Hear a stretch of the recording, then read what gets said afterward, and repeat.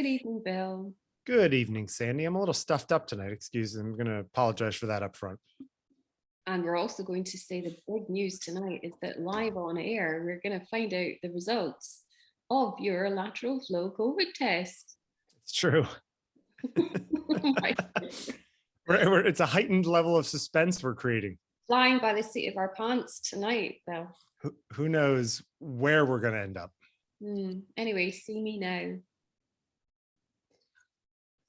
See me now. Is it see me now or see me now? Like, is this an order or is it a request? Well, what do you think?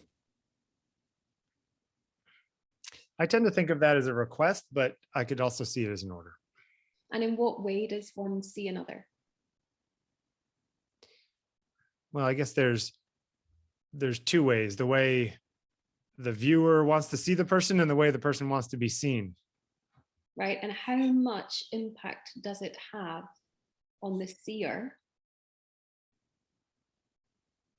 what the CE wants them to see? Person being seen wants? Does it have any impact at all? I could say to you, I want you to see me as being blue. Right? Now, you're nice, you're a kind person. You might try your very hardest to see me as being blue. Yeah, but you're not going to turn blue. No, I would. But if you dyed your hair blonde and you wanted me to see you as a blonde, that would work. You know what I mean? Okay. So when I ask, see me now, if I'm asking of it, what do you think you're actually seeing? I think that most of the time I'm seeing what you want me to see, but not actually what you are. How do you see what I am? I think somebody has to show themselves. People hide what they really are. Do we show ourselves ever? Very rarely. It's terrifying, right? What an opener. Well, the COVID test, a potential identity crisis, a cataclysm of realization that we're all big fat liars and we conceal ourselves behind a facade all the time. Well, we are big fat liars, aren't we, in a lot of ways? Yeah, in a lot of ways we are. Anyway, when I'm looking and I'm seeing, I'm often also waiting. And you said there, this idea of revealing, like a person may reveal themselves. And I mean, this is a very controlled and intended way of being. So in itself, it's corrupted. But I do often wait quietly with people to see who they are. I wait, like I'm obviously, as everyone is, taken away with first impressions and all the trickery of those things we use to disguise and to enhance. I'm a sucker for those things. I use those things myself. I understand them. But I have over many years now gotten into what is a practice of waiting for something to emerge. Do you think that the more genuine the person, the less difference there is from first impressions to what you end up with? I have this weird math in my head. You know, if somebody is the way they are when I first meet them, and then 6 months later, after knowing them for a while, I realize that they're not really any different, then I put more weight on them than I do people who kind of came off with a show initially. It's interesting for me to watch back our very first conversations. Do you think I was putting on a show? It's not that I think you or I were false, but I do think we were more selective then. Well, I think we have far more familiarity now than we did then, right? Of course. Yeah. But how does one then know what is the familiarity being the kind of revelation, or the fact that the impression, the initial meeting has been fake. Anyway, we're going to look at 3 image slides, actually four images across those next 3 slides, in which we're looking at faces. And the first one is a face that we've talked about already very recently. Mm-hmm. Now, what's in a face, Bill? Everything. Tell me what's in a face. What's in this face? You know, I've been known in taking pictures of people to miss very obvious things, you know. Give me an example. The CEO's tie is flipped over at the bottom, or a big thing of hair is sticking up, or somebody's shoe is untied. Like things that if you look at a picture, you'd go and say, how did that end up in there? And it's because I'm staring at the person's face the whole time. I'm not looking at their tie or their whatnot. But when you're photographing those people, yeah, are you getting to know them through their face? Or is it only a very small part of getting to know what you need for that photograph? I like to think that I'm getting to know them in a deeper way than most people would in the amount of time that I spend with them. Whether or not I'm successful at that, I don't know. But the fantasy I tell myself is that like I'm better at that than other people. You have said something like this to me before, this sense that you get to know people very quickly. Yeah.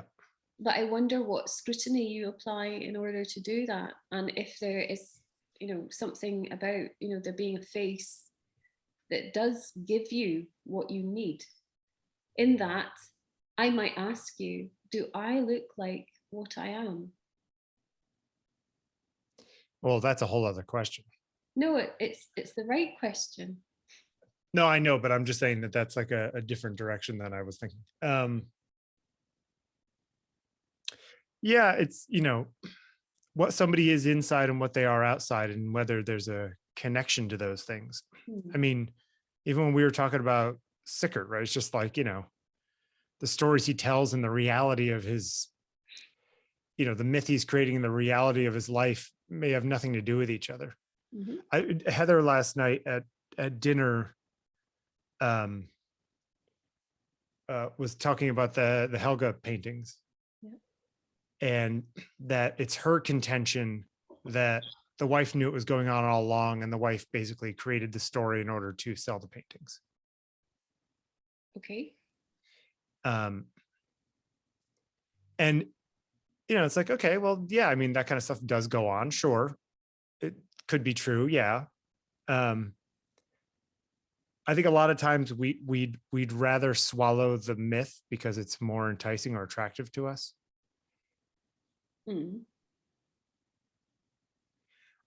It's interesting.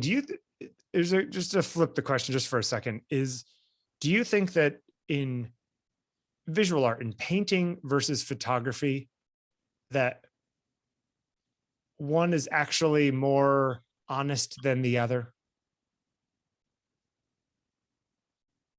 Especially like painting, I feel like so many concessions can be made to vanity or to ideas.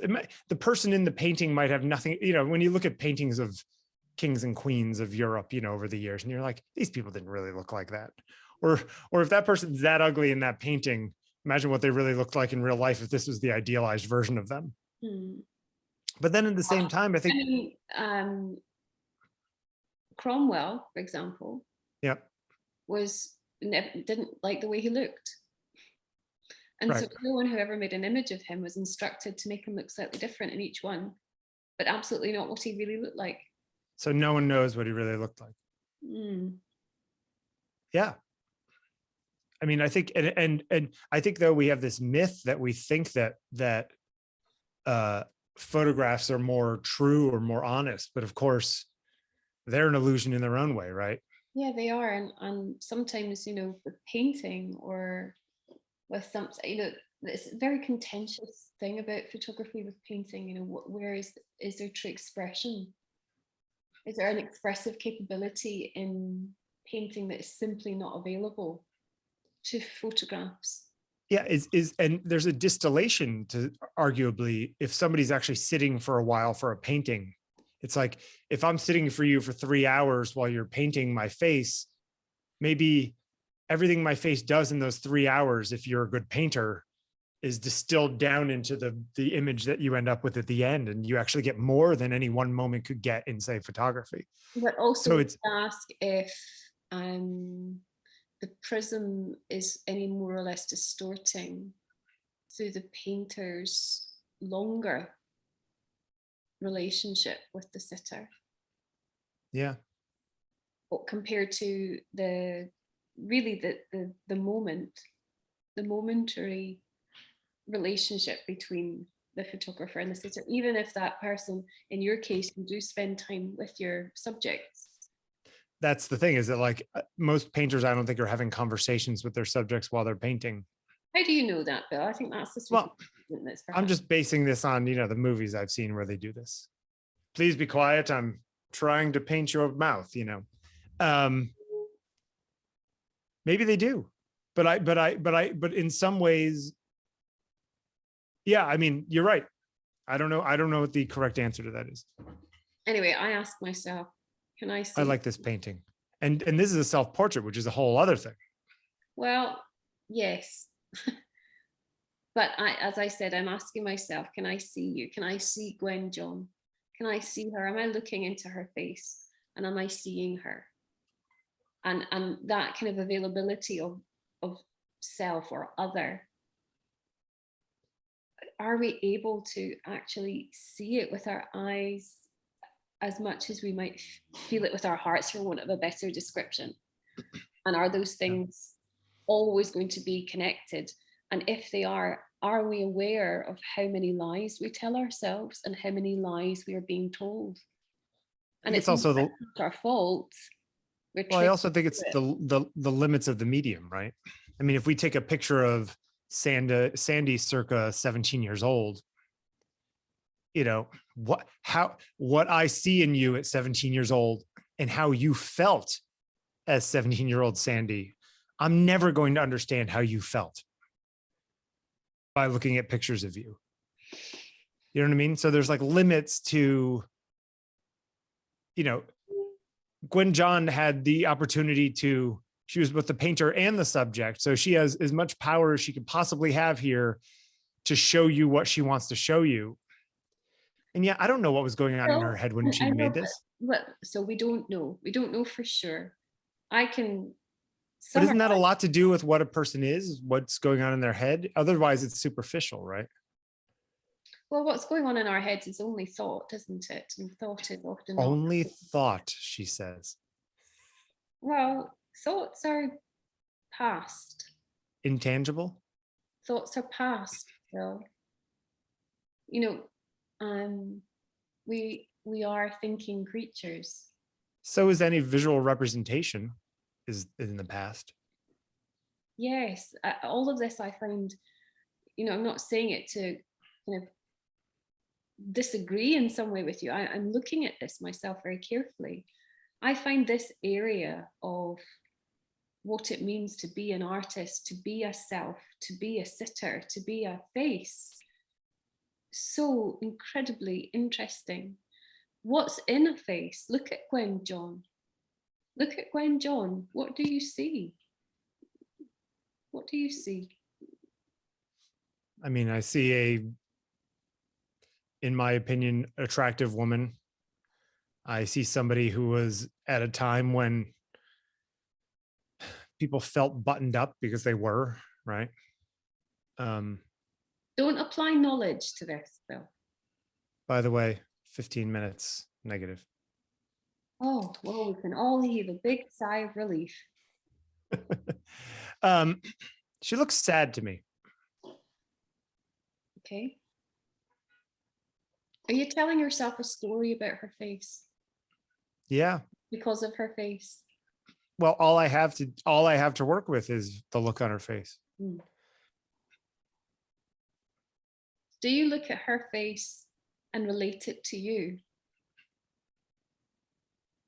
No. Then what I'm sure I do in sometimes, but I don't with her. How do you think you're understanding her then? Yeah, but let's say I did relate it to me. I mean, that would be an illusion as well, right? I mean, that doesn't really mean that I understand her at all. Is she looking at you? No, I don't even think she's looking at the quote unquote the camera.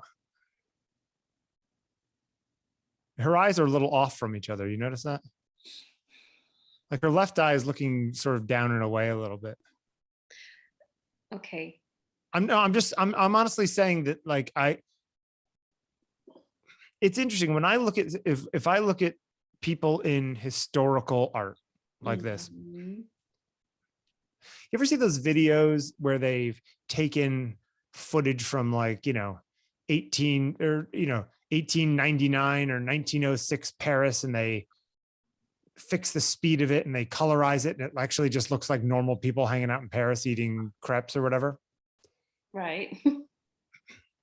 And you realize it's like this weird thing in some ways, seeing people wearing that dress in motion.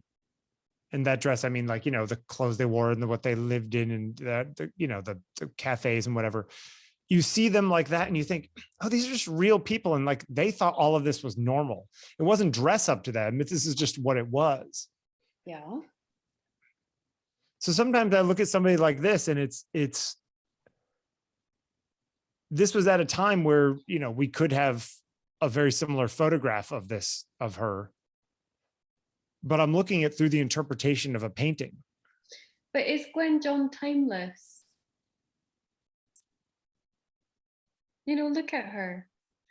Forget the cameo brooch. Well, no, I mean, I guess what I was getting at and what I was saying though is that, like, when I look at people like that, they're just people.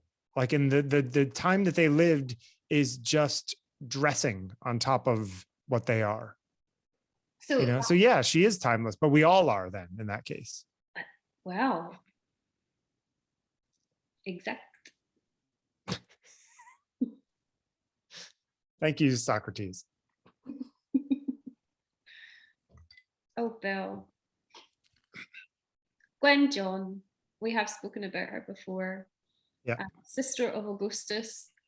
Later in her life, she said something like, I'm done with family. We don't go to heaven as families, we go one by one. I suspect she got pretty annoyed with the raging success of her brother when she herself was such a fine painter. And I mentioned before that she was Rodin's muse and lover for about a decade. Yeah. Not long before his death, and in the end, he resorted to corresponding with her through his secretary because her intensity was just too much for him, and he'd asked her to stop painting for him. You asked me this before. When I watched the video back, it looked like I'd said she did give up painting. She didn't give up painting until about 6 years before she died. There's no evidence after about 1933, I think, that she ever made any other artwork. So basically you're saying she, like, was kind of stalking him, and he had to, like, say, you need to speak to my lawyer because you're scaring me. That's not what I'm saying, but he had genuine affection for her. He Okay. did care about her. But she was prone to very intense relationships, by all accounts, both with men and women.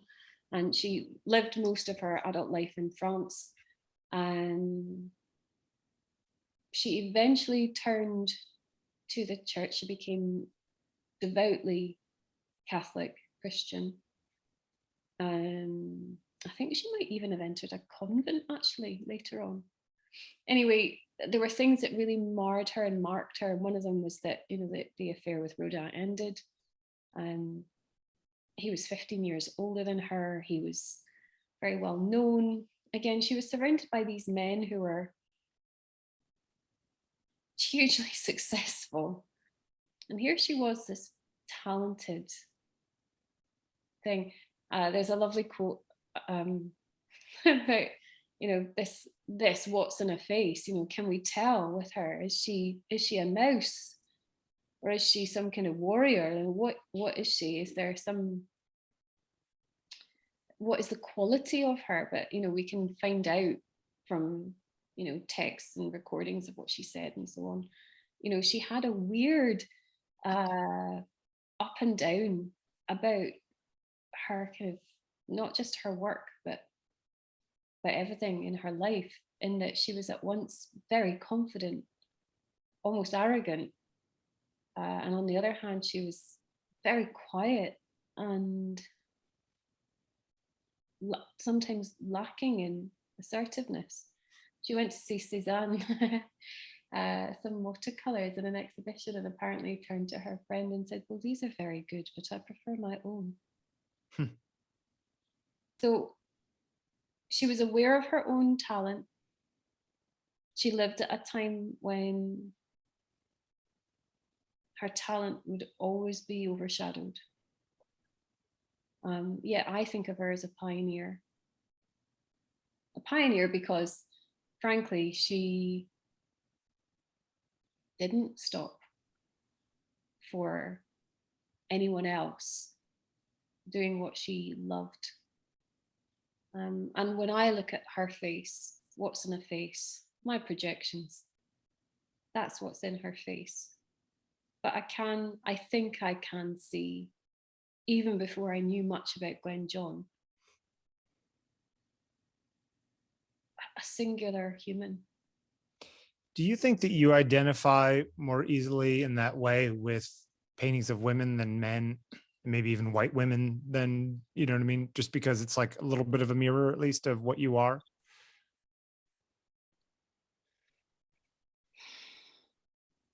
We could look at portraits of Freud, or by Freud, Lucian Freud, as we have done recently. And I would say, rather flippantly, I don't relate to them. But I do. Again, this practice of watching my thoughts, of spending time with things, not allowing things. So not saying, no, I shan't feel this, or I will feel that. Just seeing what kind of comes up. I think with any image, there's a relationship.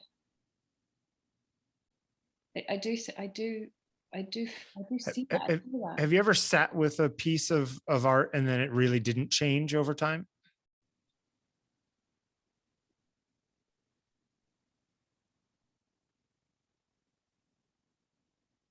That your first impression ended up being your final impression?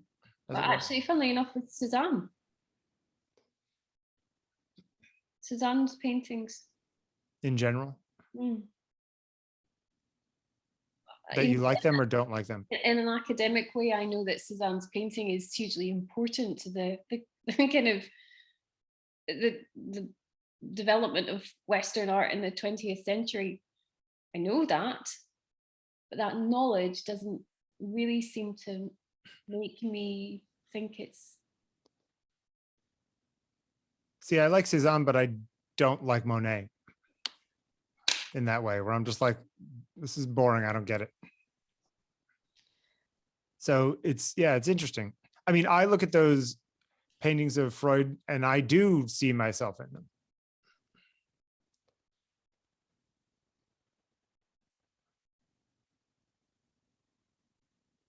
These are dark.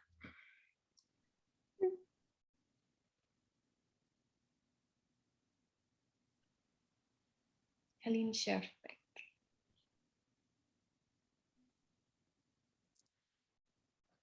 What's in a face? I find it interesting that when she's older, she puts far less definition in her facial features.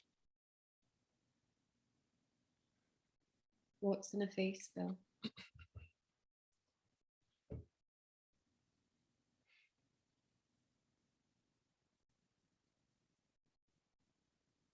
Yeah, look at that. In the one on the left, her face is the only thing with any detail. And in the right, it's the thing with least detail.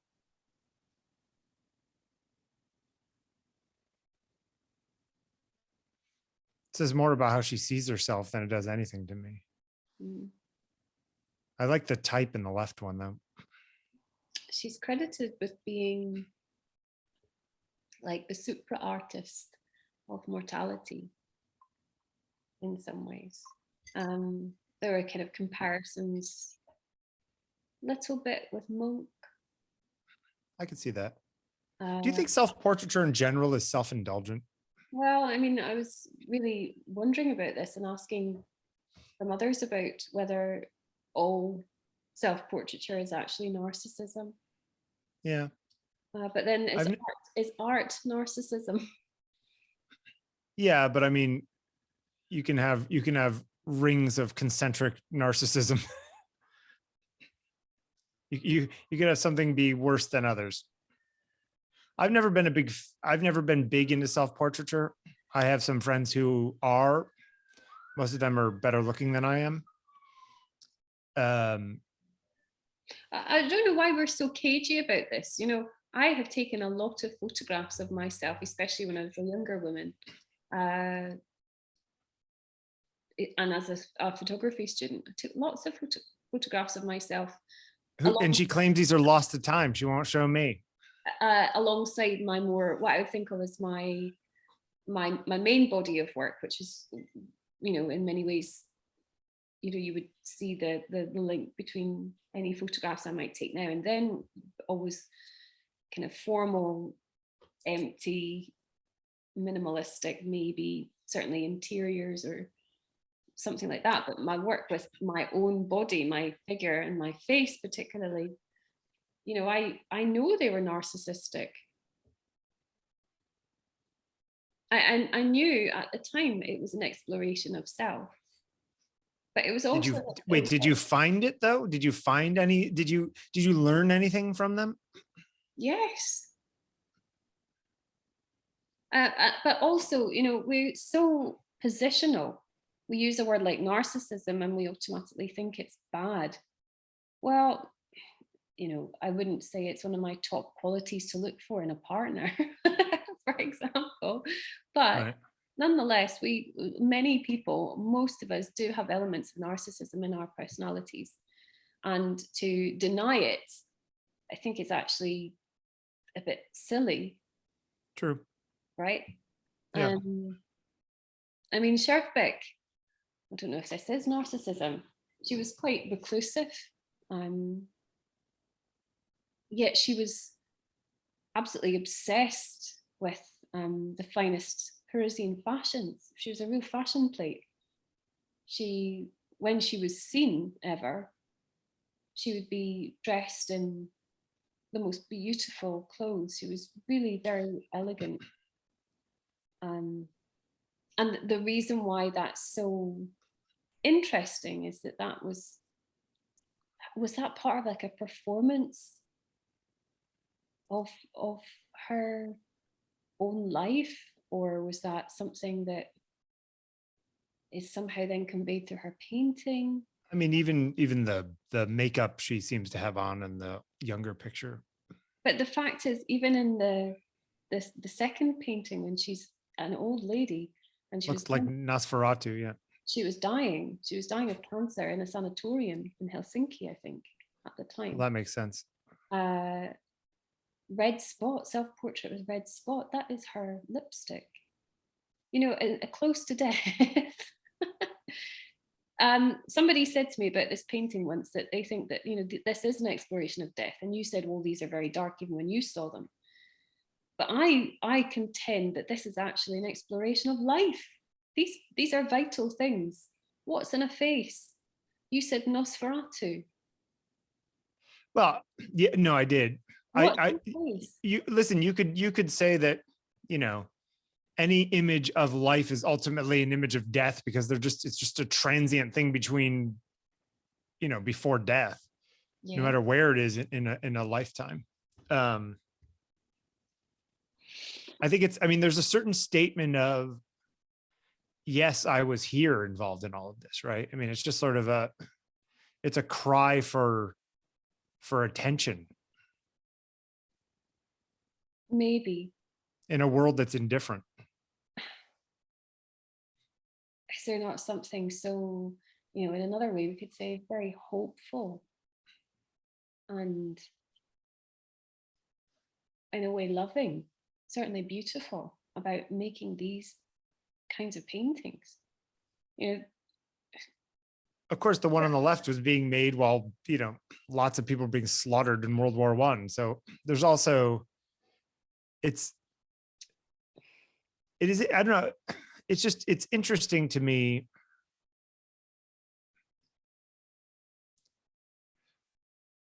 What we project as ourselves, I think generally has very little to do with what we really are. Well, I'm wondering if we do get any purchase in these paintings, though, on who these people are. No, all we get is what they want us to see. And I think that's the difference between meeting somebody and talking to them. I think is ultimately you can get clues and you can break them down. Even photographing somebody, a lot of times you will get something out of them that, you know, a micro expression here, a thought there, or you will prompt them in a certain way and like you'll see a crack in the facade. But Bill, you know, isn't this an interesting topic for you and I, in that although we see each other as moving images, we do only ever see each other as images. You and I have only ever been 2D. You know, I don't know you. No. Or do I? Well, you've never met me in person. But do I know you? Better than a lot of people who have met me in person. Do you know her?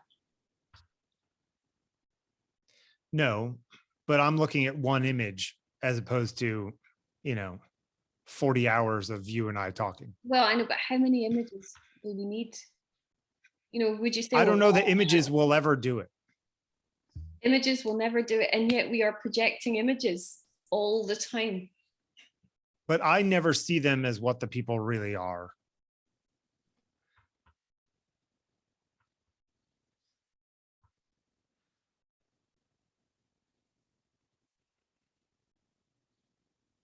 In a way, I sort of feel like I shouldn't have put the titles on these or the names of the artists, because I think as soon as you see who this is by, do you like this one?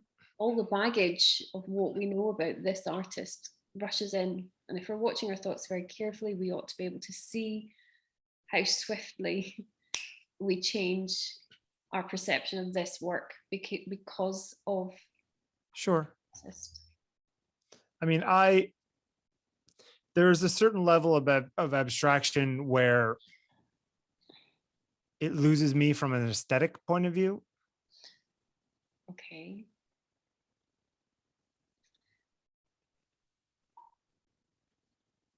But what's in the face, Bill? It's a face nonetheless. Yeah, but there's chaos, there's covering, there's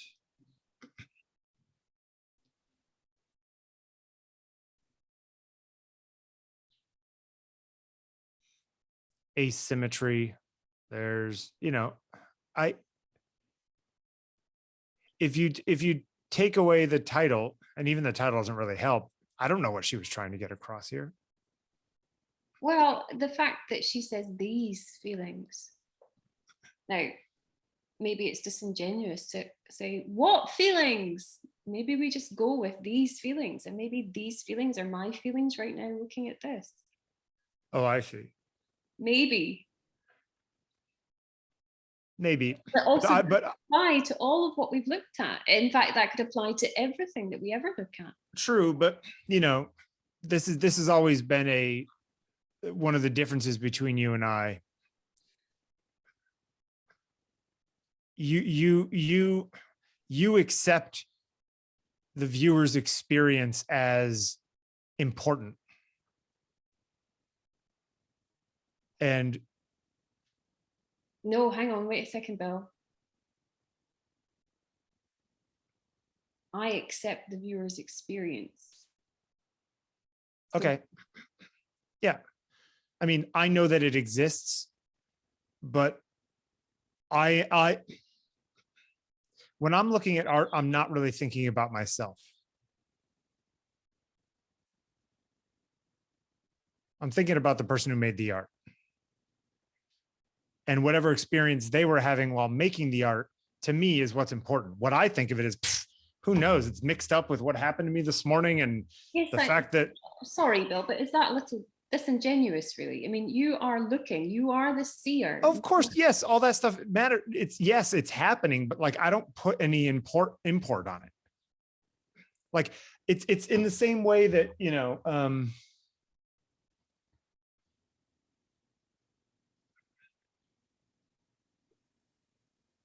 God, I don't know. Everyone loves Blade Runner, the movie. I can't stand Blade Runner, the movie. Does that mean Blade Runner is a bad movie? No, lots of people love it. But like, my transient thing that I don't like it is irrelevant to the fact that it is. You know what I mean? Like, I can look at this and I can say, oh yes, this, I don't know, let's take some dark moment of my life. Oh yes, this looks like my father when he was mad at me when I was in the 8th grade and I thought he was going to hit me or something like that. Yeah, okay, I guess I could do that, but like, that's not why she made this. She made this because she was going through something and she had feelings, right? Right, but maybe also Maybe. we are feeling. And yeah, but I feel like feeling, when we feel something, we're discounting the point that the person was trying to make in making the art in the first place. That becomes a narcissistic thing about us. And when it's just like, this isn't about me. It's about Tracey Emin, what she was thinking when she made this in 2020. I would say that the very fact that you are asking, what is Tracey Emin feeling, implies that you are invested and you have a relationship with this. No, I just want to know what the hell she's trying to communicate. To you. Yes, about what she was feeling. And then, if we really look at this, even logically, you know, yeah, you, Bill Wadman, are looking at a piece of art by Tracey Emin, and you are asking yourself, what was she feeling? What are these feelings? And then you're thinking, well, what was she feeling? Sad because the background is blue, let's say. Sure, maybe, yeah. Right, whatever, it could be anything. Yeah. But into that, you're putting your impression of sadness. Now, it is utterly nonsensical to believe that you look at this without any engagement between you, I, whatever that might be, the ego you have, and then this thing we encounter. I'm not saying that I'm completely dispassionate. What I'm saying is, if I looked at this and I thought it looked like a really happy painting about, you know, flying through the sky or something like that, if that's not what she was feeling when she painted it, then I'm not getting what I'm supposed to get out of it. And you would say, what are you supposed to get out of it? What does supposed to mean in that sentence? I would also wonder whether many great artists are giving us the license to explore what it is we feel in response. Yeah, see, I don't like that whole line of thinking. That feels like a BS direction to go into. That gets into the, well, everything can mean anything, and which means nothing means anything. Because if it can mean anything, then it's like, it means nothing. You know, this is like, then I might as well look at a blade of grass and have feelings about it. I'm looking at something that had intention from somebody who made it. So it's like, I want to know what their intention was. Yes, and there's not a sense that we have to entirely, absolutely not discount what the artist could have intended, but I'm asking you to look at whether in your assumption about what the artist intended, even if, for example, one is in a gallery and we are together there, standing in a gallery looking at this, and on the wall is the plaque that explains in the blurb what Tracey Emin was feeling at that exact moment when she printed this. We are still receiving the information through the prism of everything that we understand as individuals. Of course we are, but that's true of every experience we have in life. Yes. Now, then we come to a question about whether, when we're looking at portraits, you know, is a portrait just a mirror? Now, before you I would say no. No, we could say also not just yes to counterpoint, but to really look at how we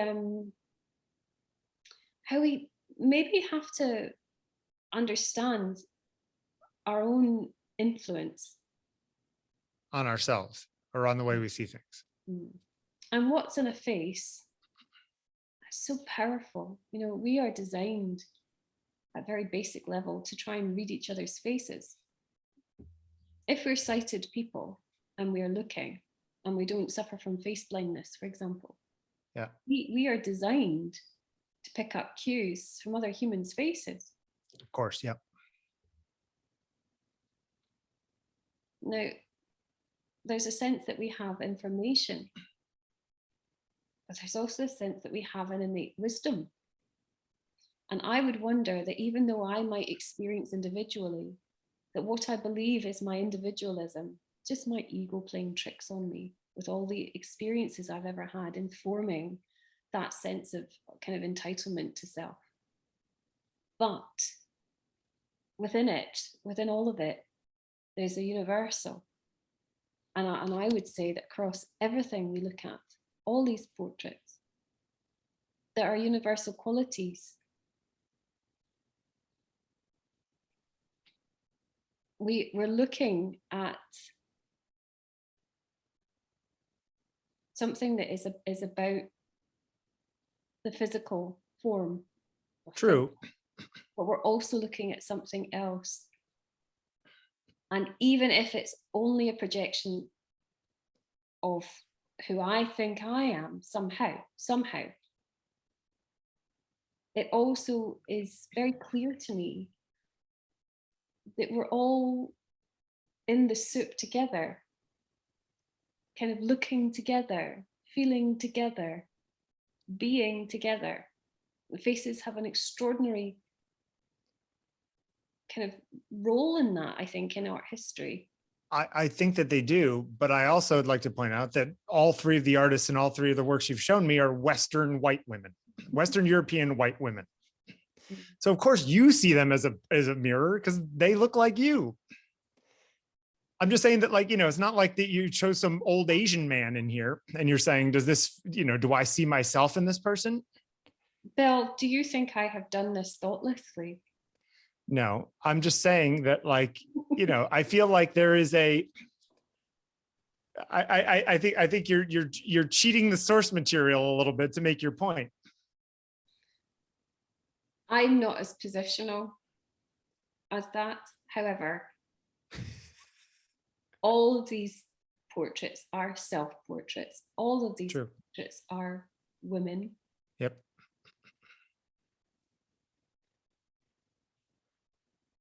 If you were making a self-portrait, the self-portraits you made in college of yourself, what were you trying to communicate? At the time, I wondered about, well, several things. I wondered about what I looked like to others.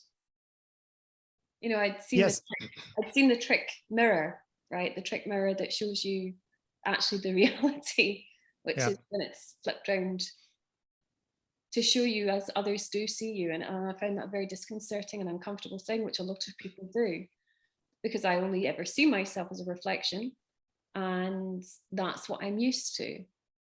And I was horrified by what I actually looked like. And so there was a sense of calming myself down through photographing. About the state of me, about, you know, this horrific horror of a face, or, you know, however I was feeling about myself at the time. But there was also, I guess it might sound like it's a total opposite. It was a sense of marveling in that I was aware that my, you know already, I mean, I was very sick when I was a child. And I've had bouts of very ill health throughout my adulthood. I've always been very aware that the body is fleeting. It's going to go. Did I want to make it permanent because I feared, I don't know, it's permanent change? Yes, of course. I don't think there are many artists that aren't underneath it all quite kind of. But you also, I mean, you say you wanted to see it the way other people see it, but like you are choosing how you are shown. So therefore, are you really seeing it the way other people see it? What, just to do that, you should let somebody else photograph you, right? No, because I think there was something quite humane and kind about it. Okay. Also playful. In that, photographing myself, I was free to be myself. It's so interesting because as somebody, I've never thought about myself in any of those ways. I've never thought about photographing myself. I've never thought about how other people see me physically. I don't worry that much about what clothes I'm wearing, like all of this sort of performative stuff that a lot of people do, or the way like they're concerned about those things, or they're proud of those things, or they're, you know what I mean? There's like it's just so interesting. It's like I've never, I guess I don't know. It's just very interesting when I hear people talk about that kind of stuff, just because it's like, it was never part of my experience of myself and who I was. I was never that concerned about how I looked like that, or how I came off in a vision, in like a physical form. It's interesting. I mean, it's just, I guess it just goes to show you, I guess the question is, what is the difference? Is the difference that, you know, I'm a man, maybe there's part of that, you know, is there a difference that I never, it's like you, I don't know, maybe you considered yourself attractive in your life when I never really thought of myself as that attractive. So it was never something that I wanted to like put on any sort of pedestal within my own self. You know what I mean? But Bill, maybe there's a sense in this that actually you just had a better grasp of what you actually did look like. In that, Maybe. I've done an exercise very recently with a group of people where I asked them to stop as much as they could, just stop, and to think about what they look like right now without using memory. So to simply be in their body, in their moment, in their face. What do I look like right now? And if we practice that little bit, just as a weird exercise to do, I actually think a lot of us don't know what we look like. Yeah, true. I certainly couldn't draw myself, but then again, you know, I don't know what color my wife's eyes are. I just don't, my brain doesn't work like that. Like, I think they're green because I've memorized that, but like it's not something that I look at and I stare at her green eyes and think, oh, green eyes. Maybe I have some weird quasi face blindness, you know? Wouldn't that be weird if you're, you know, well known for making portraits of people? Yeah. And what's weird is that like, if I see somebody, I'd be like, I've met that person before and I can tell you stories about them, but I can't tell you what their name is. I can tell you that when they were in college, they went to school in Ohio and they've been with their wife since they were in high school.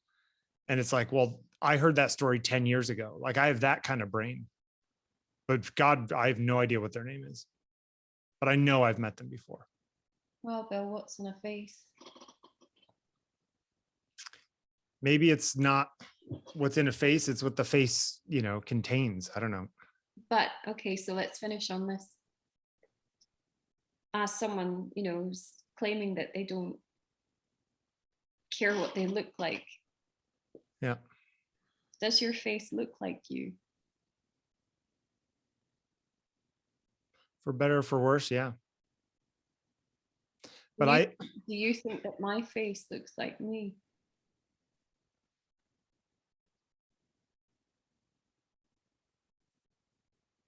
if I say no, do I get in trouble? No, I'm interested in what you're going to say. if I talk to you, if I only ever spoke to you on voice only and never saw you, I don't know that if I saw a picture of you, I would pick you out of a lineup and say, I think that's what Sandi looks like based on Sandi speaking, or vice versa. So I go one step further and I say that before I ever met you, knew you, as you know, I was an avid consumer of your dancers in motion photographs. I use them all the time with students. Sure. And what did you think I looked like? And when I then saw what you looked like, I was very surprised. Because you thought I would be what?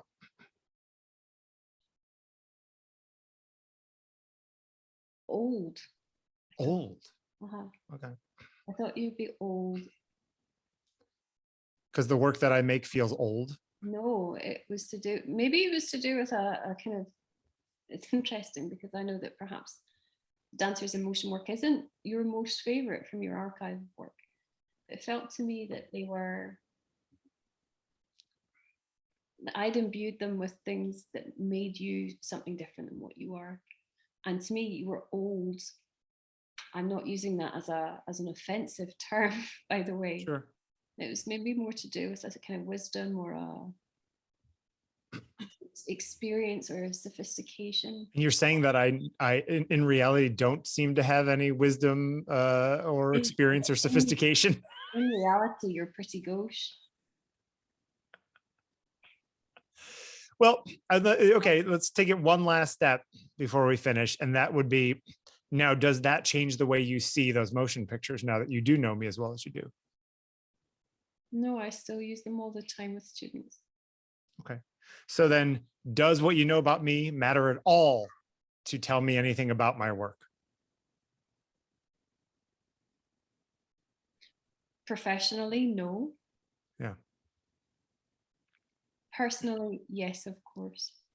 Okay.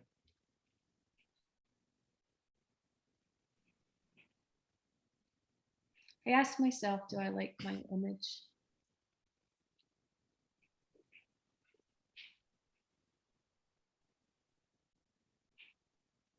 It's a very complicated thing.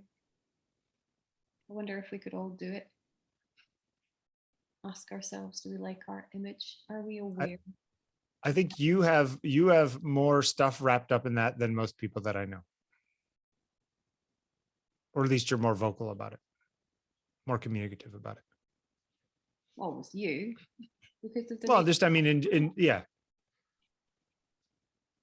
It's interesting. And I mean, it's one of the reasons why, you know, if I end up coming over to England and have a camera with me, it's like, yes, I'd love to take a portrait of you. I don't know that you will like a portrait I take of you. Does that make me less likely to want to take a picture of you? A little bit, but just because we're friends.